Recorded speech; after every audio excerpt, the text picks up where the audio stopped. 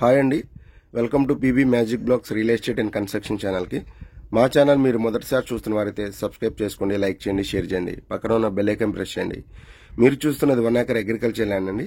దీని లొకేషన్ వచ్చేసి గన్నవరం బస్టాండ్ నుంచి ఎగ్జాక్ట్గా పొలం దగ్గరికి 14 కిలోమీటర్లు వస్తుంది.